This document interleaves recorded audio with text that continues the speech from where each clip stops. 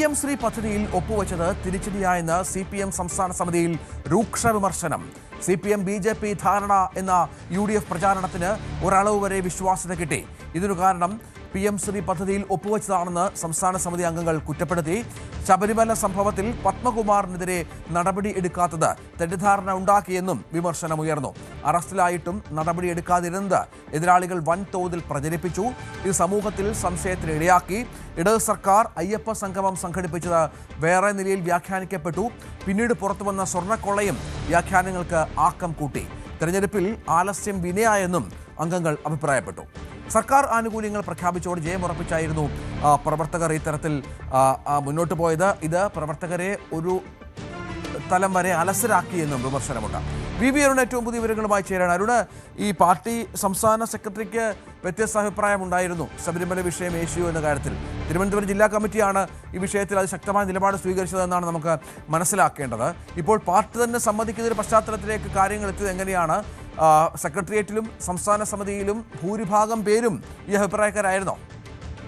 CPM-ന്റെ ഒരു ഔദ്യോഗിക തീരുമാനമായി ഇപ്പോഴും നമുക്കിത് പറയാൻ കഴിയില്ല. കാരണം അത് സംസ്ഥാന കമ്മിറ്റി യോഗം ഇന്ന് അവസാന ശേഷം വാർത്താ സമ്മേളനം നടത്തി സംസ്ഥാന സെക്രട്ടറിയാണ് പ്രഖ്യാപിക്കേണ്ടത്. പക്ഷേ രൂക്ഷ വിമർശനം ഇക്കാര്യത്തിൽ ഉയർന്നു വന്നു എന്നതാണ് വസ്തുത. അത് തിരുവനന്തപുരം ജില്ലാ കമ്മിറ്റി മാത്രമല്ല, ശബരിമല സ്വർണ്ണക്കൊള്ള തിരിച്ചടിയായെന്ന വിലയിരുത്തലും ചർച്ചയും വിമർശനവുമെല്ലാം ഏതാണ്ട് എല്ലാ ജില്ലാ കമ്മിറ്റികളിലും ഉണ്ടായി. അതിന്റെ ആഘാതം തിരിച്ചറിയാൻ കഴിയാതെ പോയി എന്നാണ് പറഞ്ഞത്. പ്രത്യേകിച്ചും പത്മകുമാറിനെതിരെ എന്തുകൊണ്ട് നടപടിയെടുത്തില്ല എന്ന ചോദ്യം, ഹൈക്കോടതി ഇടപെട്ടില്ലെങ്കിൽ ഈ കേസ് ഇങ്ങനെ വരുമായിരുന്ന ചോദ്യമൊക്കെ പലപ്പോഴും ജനങ്ങളിൽ നിന്ന് നേരിടേണ്ടി വന്നു. അക്കാര്യമാണ് നേതാക്കൾ കമ്മിറ്റികളിൽ ചൂണ്ടിക്കാട്ടിയത്. അതാണ് ഇന്ന് ഈ സംസ്ഥാന സമിതി പ്രധാനമായും ഉയർന്നു വന്നത്. മറ്റു കാര്യം PMC ആണ്. PMC തിരുത്തിയെങ്കിലും തെറ്റുപറ്റിയെന്ന് CPM ഒരു ഘട്ടത്തിലും പറഞ്ഞില്ല. പക്ഷേ PMC തെറ്റായി പോയി എന്ന് തന്നെ വിമർശനം സംസ്ഥാന സമിതിയിൽ ഉയർന്നു വന്നു. PMC തെരഞ്ഞെടുപ്പിലടക്കം തിരിച്ചടിയായിട്ടുണ്ട്. PMC പദ്ധതിയിൽ ഒപ്പുവെച്ചത് തിരിച്ചടിയായി.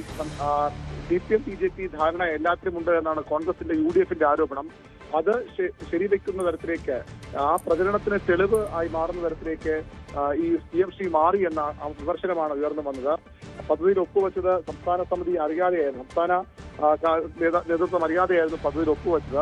ഈ ഒപ്പുവെച്ചതോടുകൂടി ഇത്തരമൊരു ധാരണയുണ്ട് എന്ന ഒരു UDF പ്രചരണത്തിന് ആക്കം കൂട്ടി, അതിന് വിശ്വാസ്യത ഉണ്ടായി എന്നാണ് സംസ്ഥാന സമിതിയിൽ ഉയർന്ന അഭിപ്രായം. പത്മകുമാറിന്റെ നടപടിയെടുക്കാത്തതും തെറ്റിദ്ധാരണ ഉണ്ടാക്കിയ അഭിപ്രായം ഉയർന്നു. പത്മകുമാർ ജയിലിലായ ശേഷവും അയാളെ പാർട്ടിയിൽ നിന്ന് പുറത്താക്കാൻ തീരുമാനമെടുത്തില്ല. കുറ്റപത്രം വരുന്നവരെ കാത്തിരിക്കാനാണ് സംസ്ഥാന നേതൃത്വം പറഞ്ഞത്. അതെന്തിനായിരുന്നു ചോദ്യമാണ് ഉയർന്നു വന്നത്. സമൂഹത്തിൽ സംശയത്തിനിടയാക്കി എന്ന അഭിപ്രായമാണ് സംസ്ഥാന സമിതിയിൽ ഭൂരിഭാഗം അംഗങ്ങളും പറഞ്ഞത്. അയ്യപ്പ സംഗമം നേരത്തെ CPM സ്വാഗതം ചെയ്തതാണ്. പക്ഷേ അയ്യപ്പ സംഗമത്തിനെതിരെയും വിമർശനമുണ്ടായി. ഇടത് സർക്കാർ അയ്യപ്പ സംഗമം സംഘടിപ്പിക്കുമ്പോൾ അത് തെറ്റായ തലത്തിൽ വ്യാഖ്യാനിക്കപ്പെട്ടു എന്നാണ്. അതിന്റെ ഉദ്ദേശം നല്ലതായിരുന്നെങ്കിൽ പോലും തെറ്റായ രീതിയിൽ വ്യാഖ്യാനിക്കപ്പെട്ടു. പിന്നീട് സ്വർണ്ണക്കൊള്ള കൂടി പുറത്തു വന്നപ്പോൾ ഈ വ്യാഖ്യാനങ്ങൾക്ക് ആക്കം കൂട്ടി അത് ശരി എന്ന തരത്തിലേക്ക് ആളുകൾ ചിന്തിക്കാൻ തുടങ്ങി. അതും തിരിച്ചടിയായെന്ന അഭിപ്രായം ഉയർന്നു. ആലസ്യത്തിൽ ആയിരുന്നു പ്രവർത്തകർ. വലിയ ക്ഷേമ പദ്ധതികൾ പ്രഖ്യാപിച്ചതുകൂടി ജനം കൂട്ടത്തോടെ എത്തി വോട്ട് ചെയ്യുമെന്ന ഉറപ്പിച്ച മട്ടിലായിരുന്നു തദ്ദേശ തെരഞ്ഞെടുപ്പ് പ്രചരണം. അങ്ങനെ ആയിരുന്നില്ല. അത് പ്രഖ്യാപനം തന്നെ പ്രവർത്തകരെ അലസനാക്കി ജയിക്കുമെന്ന് അമിത ആത്മവിശ്വാസം.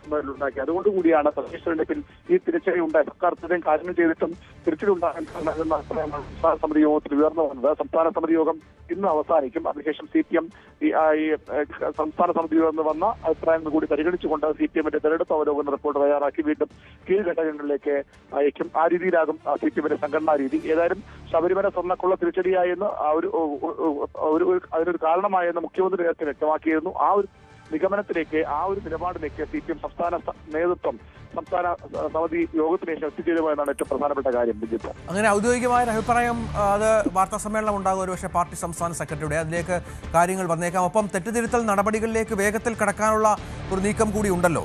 അതിൻ്റെ പ്രാരംഭഘട്ടമായി സർക്കാരിനെതിരെ, കേന്ദ്ര സർക്കാരിനെതിരെ ഉള്ള ഒരു യാത്ര, അവർക്കെതിരെയുള്ള പ്രചരണവുമായി ഒരു യാത്രയടക്കമാണ്, കേരള യാത്രയടക്കമാണ് പദ്ധതിയിട്ടിരിക്കുന്നത്. ജാഥ ക്യാപ്റ്റൻ ആരായിരിക്കും, അതിന്റെ മറ്റ് വിശദാംശങ്ങൾ എന്തായിരിക്കും, അത്തരം വിവരങ്ങൾ എന്തെങ്കിലും ഉണ്ടോ അരുൺ? നേരത്തെ തന്നെ ഈ തദ്ദേശ തിരിച്ചടിയിൽ ഈ BJP ഡീൽ എന്ന ആരോപണം ശക്തമായിരുന്നു. അതിനുശേഷം മുഖ്യമന്ത്രി നടത്തിയ വാർത്താ സമ്മേളനത്തിൽ കാര്യങ്ങൾ കൃത്യമായി കേട്ടതാണ്. സംഘപരിവാറിനെ കടന്നാക്രമിച്ചുകൊണ്ട്, കേന്ദ്രത്തെ കടന്നാക്രമിച്ചുകൊണ്ടാണ് ആ ഒരു വാർത്താ സമ്മേളനം മുഖ്യമന്ത്രി നടത്തിയത്. അതിൽ തന്നെ കാര്യങ്ങളുടെ കൃത്യമായ സൂചന ഉണ്ടായിരുന്നു. ന്യൂനപക്ഷങ്ങൾ അകന്നുപോകാൻ കൂടിയാണ്. PMC അടക്കമുള്ള വിഷയങ്ങൾ അതിന് ആക്കം കൂട്ടിയത് സംസ്ഥാന സമിതിയിൽ അഭിപ്രായം കൂടി വരുമ്പോൾ കേന്ദ്രത്തിനെതിരെ ശക്തമായ പ്രതിഷേധം സംഘടിപ്പിക്കാൻ തീരുമാനിക്കുകയായിരുന്നു CPM. അതാണ് സംസ്ഥാന സമിതി യോഗത്തിനിടയ്ക്ക് ഇടതുമുന്നണി യോഗം ഇന്നലെ വൈകിട്ട് ഉച്ചയ്ക്ക് വിളിച്ചു ചേർത്ത് ഈ കേന്ദ്രവിരുദ്ധ പ്രക്ഷോഭ പരിപാടികളുടെ കാര്യം തീരുമാനിച്ചത്. മുഖ്യമന്ത്രി കൂടി പങ്കെടുത്തുകൊണ്ടുള്ള ഒരു പ്രതിഷേധ പരിപാടിയാണ് തിരുവനന്തപുരത്ത് സംഘടിപ്പിക്കുന്നത്. അതിനു പുറമെ ജനങ്ങളുടെ വിശ്വാസ്യത വീണ്ടെടുക്കാൻ വളരെ ചുരുങ്ങിയ സമയം മാത്രമാണ് ബാക്കിയുള്ളത്.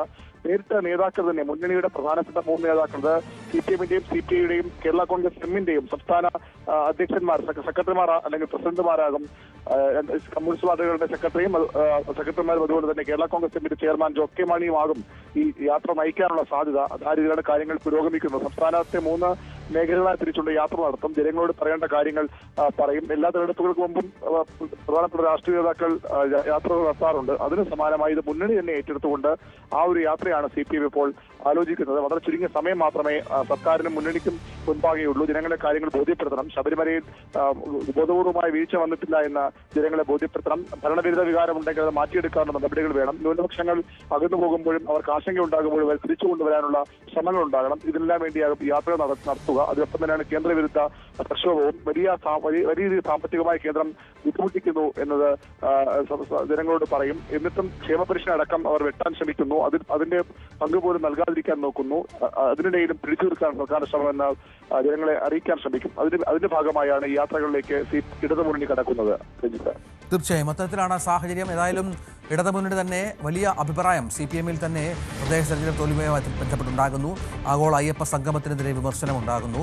ഒപ്പം സ്വർണ്ണക്കൊള്ളയുമായി ബന്ധപ്പെട്ട് പാർട്ടിയിലെ നേതാക്കന്മാരുടെ പങ്കിനെക്കുറിച്ചുള്ള വിശദീകരണം അത് കൃത്യമായി പാർട്ടിക്ക് ജനങ്ങൾക്കിടയിലേക്ക് എത്തിക്കാൻ സാധിച്ചില്ല എന്നതും വളരെ പ്രധാനപ്പെട്ട ഒരു പ്രശ്നമായി കാണുന്നുണ്ട്.